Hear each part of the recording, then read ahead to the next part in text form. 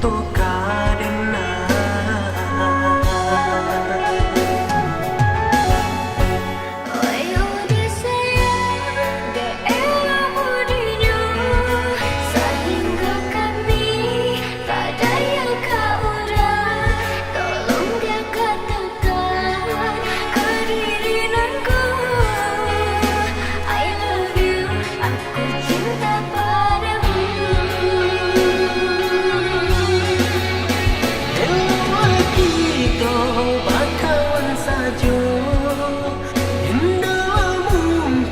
cinta segitiga.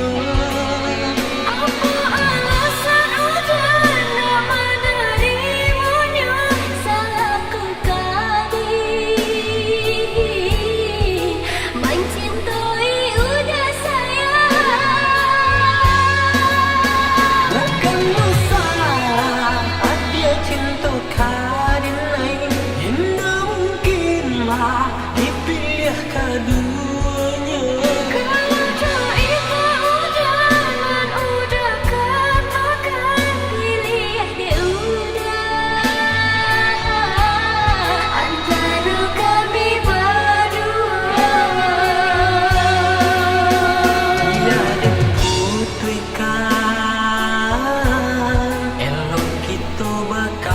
Saja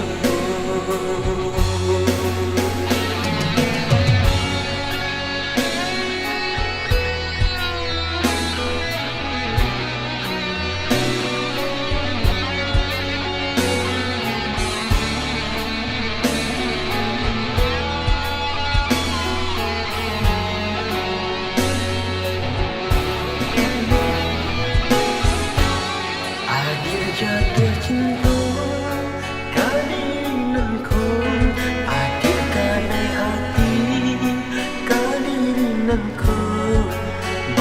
caranya aduh gadi dan sayang.